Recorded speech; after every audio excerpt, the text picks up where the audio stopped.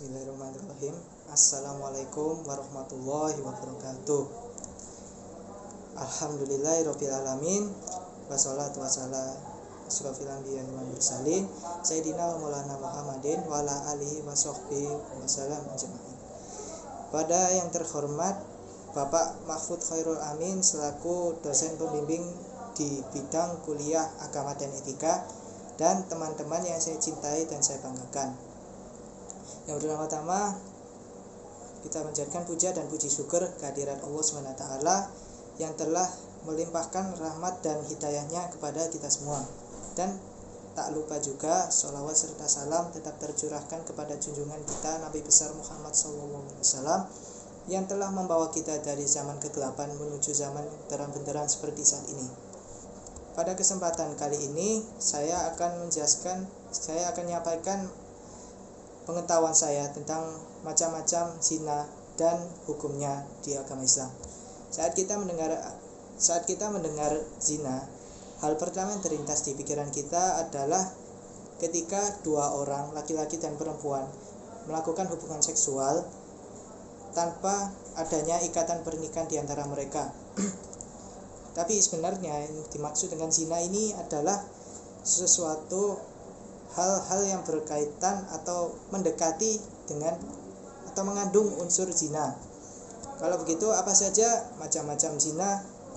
Yaitu yang pertama adalah zina mata. Zina mata ini contohnya ketika laki-laki atau perempuan memandang atau menatap bagian aurat maupun bagian-bagian lain secara lama. Dan yang kedua itu zina tangan. Zina tangan itu contohnya seperti laki-laki dan perempuan itu bergandengan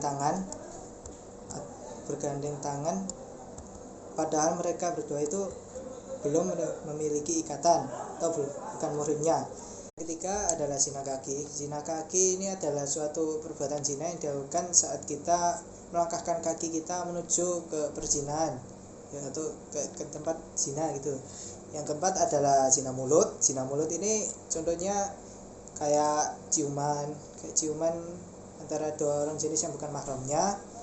Tapi selain itu juga zina mulut itu contohnya kayak kita membicarakan lawan jenis kita dalam hal keburukan. Yang kelima adalah zina hati. Zina hati ini agak mirip-mirip kayak zina pikiran, yaitu saat kita muslimin atau muslimah memikirkan tentang atau berangan-angan tentang lawan jenis kita. Memang kelima jenis zina yang saya sebutkan tadi memang termasuk zina-zina kecil, tapi zina kecil tersebut bisa mengantarkan kita menuju zina yang besar. Pada akhir zaman seperti ini banyak dari kita, terutama yang anak-anak remaja, yang melakukan perzinahan. Dan saat mereka ditanya mengapa melakukan seperti itu, mereka pasti akan menjawab karena di lingkungan mereka itu sudah biasa seperti itu gitu. Padahal mereka tahu jika perbuatan zina ini sangat dibenci oleh Allah SWT, seperti yang dijelaskan pada surat Al-A'raf ayat 32 yang berbunyi Bismillahirrahmanirrahim, wala taqrabuz zina innahu kana fahisyah wa sa'a sabila. Sadaqallahu. Yang artinya bahwa janganlah kamu mendekati zina karena itu merupakan perbuatan yang keji dan jalan yang buruk. Dalam surat tersebut dijelaskan dengan jelas bahwa perbuatan zina itu merupakan perbuatan yang sangat dibenci Allah, karena itu merupakan perbuatan keji dan jalan yang buruk. Di dalam Islam zina itu ditempatkan sebagai dosa terbesar ketiga setelah musyrik atau kufur dan membunuh tanpa alasan yang dibenarkan. Apa yang harus kita lakukan agar kita bisa menghindari ataupun mengurangi perzinahan ini? Yaitu yang pertama adalah mendekatkan diri kepada Allah SWT dengan menaati segala peraturannya dan menjauhi segala larangannya.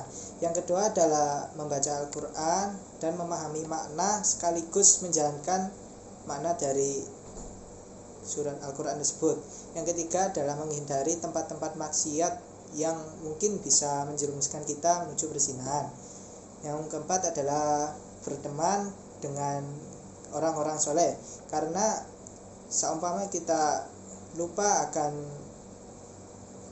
bahaya berzina ini, mereka bisa menolong kita, bisa mengingatkan kita.